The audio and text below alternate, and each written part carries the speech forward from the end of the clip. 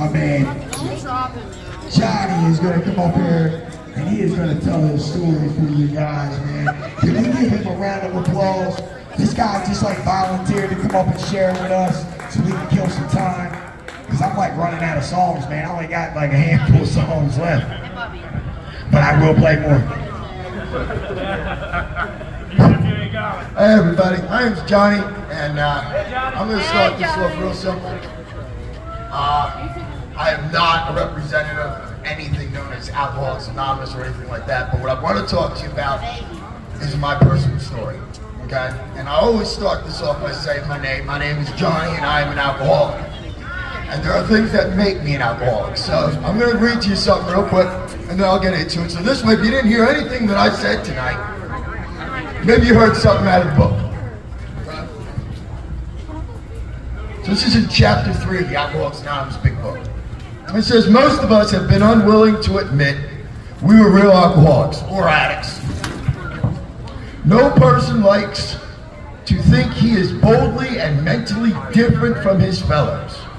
Therefore, it is not surprising that our drinking careers have been characterized by countless vain attempts to prove we could drink like other people. The idea that somehow, someday, he will control and enjoy his drinking is the great obsession of every abnormal drinker. The persistence of this illusion is astonishing. Many pursue it into the gates of insanity or death. Once again, my name is Johhny, I'm an alcoholic. Hi, Johhny. So, my story kinda is different than most. I grew up in a little small town called Connellsburg. And growing up, I had everything that I could want. I'll let your mind wrap around that for a second. That's not what makes me an alcoholic. My father died when I was 12. I had my first drink when I was 4 years old. 4. Smoked weed for the first time when I was 12. Did cocaine and Percocets when I was 16. I was the youngest snowboarder to be brought into X Games. Youngest one. On the white team. Sean White, you might have heard of him. Youngest one ever. The problem is that I had a full-time job at this point, and it was called opiates. I decided that I'd like to sniff Percocets while I'm going up the ski lift. So the X Games came to me and said, hey, you need to either go to rehab and get clean, or you're off the team. I said, fuck you, you need me more than I need you. Yeah. Thank you. They did not. They went on perfectly fine without me. So I turned 18, I graduated with a 4.1 GPA. I could have picked the college I wanted to go to. I did not want to go to college. So I joined the Army. Don't do that. Don't do that. So I'm in the Army for 6 years. My MOS was 19 kilo. I was a tank recruitment. I have an infantry MOS. That is not what makes me an alcoholic.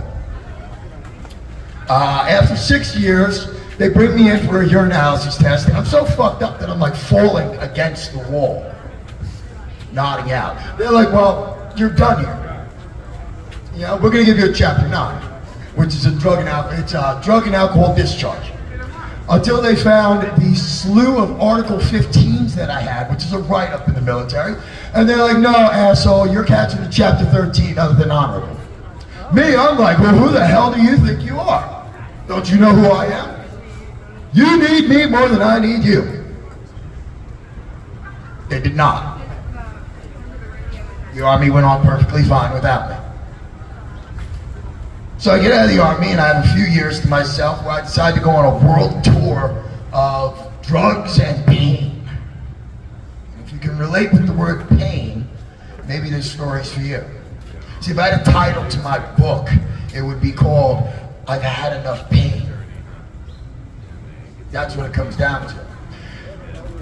I've had family members scream at me, cry, bribe me. Didn't work. I didn't want this until I had enough pain. Now I stand in front of you with some nice clean clothes on, right? And a little label with who I work for and all that. but I never want to forget where I come from, which is that bench right there. I slept there. Christmas morning, I'm underneath the North George Street Bridge. And I'm trying to stick the needle in my arm so I can get one more. With a loaded 45 sitting on my hip. And I really want to kill myself, because I've tried 6 times. Not these little, myself. Like, the reason my voice is so hoarse right now is because I have permanent damage on my larynx from hanging. And I'm sitting there and I'm thinking about killing myself, but I don't have the balls to do it. So I'm crying because I can't find a fucking vein. And then I find one. And I start crying again because I realize that this is not over yet. I'm just gonna go back out and do this again, and again, and again. February 16th, that's my sobriety date.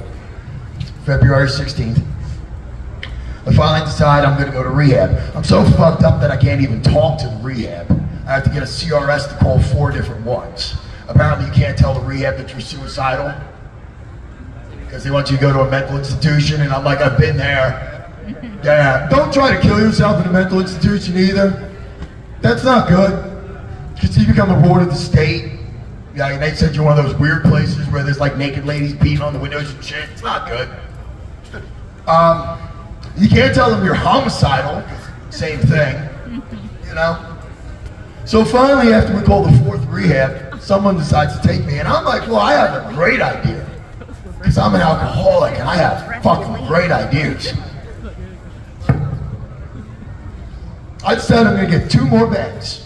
Just 2 more bags. And I'm gonna keep them in my pocket. Thank God I kept them in my pocket for as long as I did. And I'm gonna do them just before I get into rehab. Get that one last one, you know? Didn't know that it was actually 2 bags of pure fentanyl. Sniffed them both and died in the car. Narcaned me 4 times, hit me with AED paddles 3 times. The 3rd time they hit me, they were calling. That was it. Johnny's dead. Thank God I came back.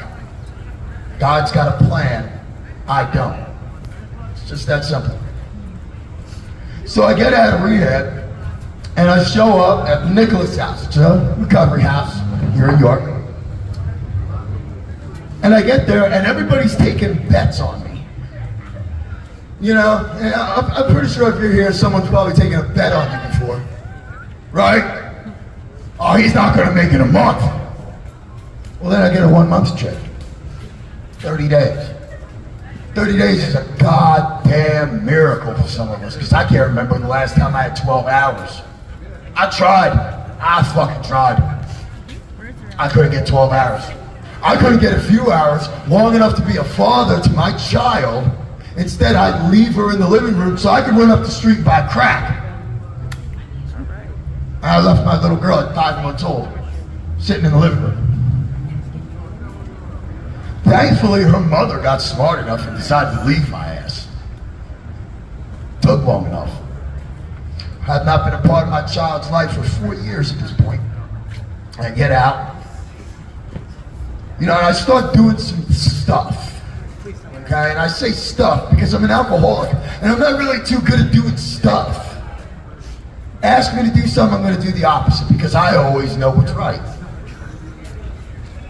Sometimes, the first thought you have, if you're an alcoholic or you're an addict, and even if you don't identify as one, that's fine. If you're putting a mind-altering substance like methamphetamines, opiates, cocaine, fentanyl into your system, and you think that you have the right way of thinking, you probably don't. Because sane people don't put lighter fluid into their fucking veins. If you want to know what meth is made out of, there you go. A sane person doesn't go and say, oh, look, this is fentanyl, and it's killing more people in the United States per capita than anything else right now. I've got a good idea. I'm fucking insane. That's what I am. So I decided to start following some suggestions. I get this crazy thing called a sponsor. I suggest you might want to get one. And I started realizing that every time I have a thought, my first thought is long, my first thought is strong, And my first thought is usually and always wrong. So I start doing some shit. Start going to meetings. I start giving back. I start wondering, how is it that me helping somebody is going to keep a needle out of my arm? I don't get how this works. It's fucking crazy, right? Well, that's good, because I'm fucking crazy. And sometimes I need a crazy solution for a crazy fucking problem. So I start doing some crazy shit. Like turning myself in for a bench warrant. I don't turn myself in for bench warrants. I'm the gingerbread man, motherfucker. Catch me when you can. Turn myself right in down there, put on a suit and everything. Go walk in, I say, hi, my name's John, I'm here to turn myself in. They're like, what? I guess that doesn't happen too often. Turn myself in, let me out that day. To me, that was not a good idea. Let me tell you how God works. That same little girl that I turned away from so I could go smoke crack, as a direct result of me turning myself in, working a program, and staying clean for a little bit, I now have her back in my life. I get to be a father today. I get to be a son to my mother, who I just found out last night might possibly have breast cancer. Now, on a normal day, that's an excuse. That's an excuse for me to go get just one more. Because I'm going to do just one more. I'm not going to fucking rehab because I'm not ready, because I want to do just one more. Thank God I don't have to live that way today. You know, I shit you not when I say that compulsion that I used to have every minute of every day to get just one more, I don't have to live that way anymore. Because the thought's not even in my head. I say this all the time, that if I had to deal with life on life's terms, the way that life is, while at the same time tiptoeing around my triggers, because it's a rainy fucking day, that's a trigger for me. Okay? It's sunny outside, it's 72 fucking degrees. That's a trigger for me. I'm happy, that's a trigger for me. If I have to tiptoe around my triggers and think about using all day, every day, and just make it till tonight, do me a favor, put a fucking bullet in my head. I don't want to live that way. I did not get into this so that I would have to live the rest of my life tiptoeing through life. I got into this so that I could find one thing only, and I'll leave you with this. When I got into this, my sponsor asked me, he says, Johhny, what is the one thing you want out of this? I said, peace. That's all. I don't want a whole bunch of money. I wouldn't dare think about asking for my family back. I just want peace. I want to be able to not sleep on a goddamn bench and put a box over me to stop the rain. I want to be able to not think about putting a fucking rope around my neck. I want to be able to think about not being a disappointment. I don't want any more fucking pain. I don't want any more pain. So what do? Follow some simple suggestions. I do some things that are outside of my norm. I change who I am. And now I don't have an urge to go out and get high. I don't have an urge to pick up a fucking bottle anymore. I have an urge that I wake up every morning, I hit my knees, and I ask God to try to put me in a situation where I can do something for someone else. Like being out here since 7 o'clock this morning in the pouring rain, hoping that I would just get to reach out to one person. If one person goes today, and someone did. We had three! 3 people got another shot at life. Oh my God. Another chance. 3 fucking people. That's a success. If we only had one, thank God we had a success. Because I remember when people gave up on me. I go from rehab. Oh, he's in rehab again. Fuck him. Oh, he's in state prison again. Fuck him. I was state prison 7 years. I got 2 state numbers. LF1090, QE0291. I don't do little boy crimes. I do big boy crimes. 14 assault charges, 6 DUIs, 2 possessions with intent to deliver. They lock people like me under the jail. And let me back out. What? Now I'm in a situation where I get to help people. I get to be some sort of an example to someone. I get to be a fucking dad. I get to be a son. That's pretty incredible when you think about it. Coming from a guy who sat in SCI Huntington and wanted to kill himself but wasn't allowed. Because they don't let you kill yourself in prison. They'll take preventative measures for that. They don't let you kill yourself in prison. So I made the plan, I'll just kill myself when I get out. Imagine living for a year and a half, wanting to kill yourself, but you can't. That's me. Year and a half, every day. Woke up, and the first words out of my mouth was fuck. I woke up. I don't live that way anymore. I enjoy waking up. I enjoy the life that I have today. I literally have the life beyond my wildest dreams. Does that mean I'm rich? I'm not rich. I live paycheck to paycheck. But I get to spend that money on things for my family. I get to pay rent. I get to have a roof over my head and a bed to sleep in and food in my stomach. Not eating out of the goddamn trash can on Market Street because I've done it. I've done it.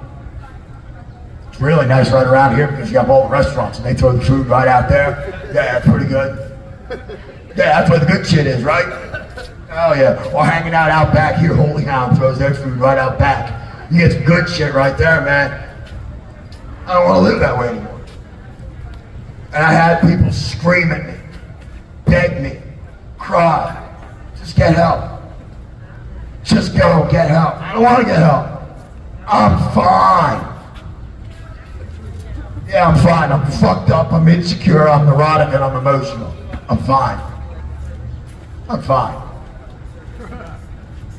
It took me having enough pain and sleeping underneath that bridge on Christmas Day to finally realize I need to do something different. So I encourage you, if you're here today, if you can hear my voice, and I don't care, I'm gonna do it for my girl. I'm gonna do it for my man, I'm gonna do it for my kids. No, you're not. You say you're gonna do it. Yeah, you're gonna do it. If you're gonna do it for your kids, you've done it already. If you're gonna do it for your girl, you've done it already. Give yourself a break and do it for yourself. Get a better way of life. Get a fucking better way of life. Because I'm telling you, the grass is greener on the other side. It really is. And I'm not going to tell you it's going to be easy. I'm telling you it's going to be worth it. Life is pretty good today. Life is pretty good. So if you're here, need some help, we're going to be here. I'm staying in this motherfucker till the sun goes down to try to help one more, because somebody did that for me. Somebody stayed up all night long pulling rehabs for a shot out meth head like me. Because I was too fucked up to even answer questions. He did it for me. Someone loved me until I could learn to love myself. So if you don't love yourself today, come talk to me. I'll love you till you learn to love yourself. Thanks for letting me share.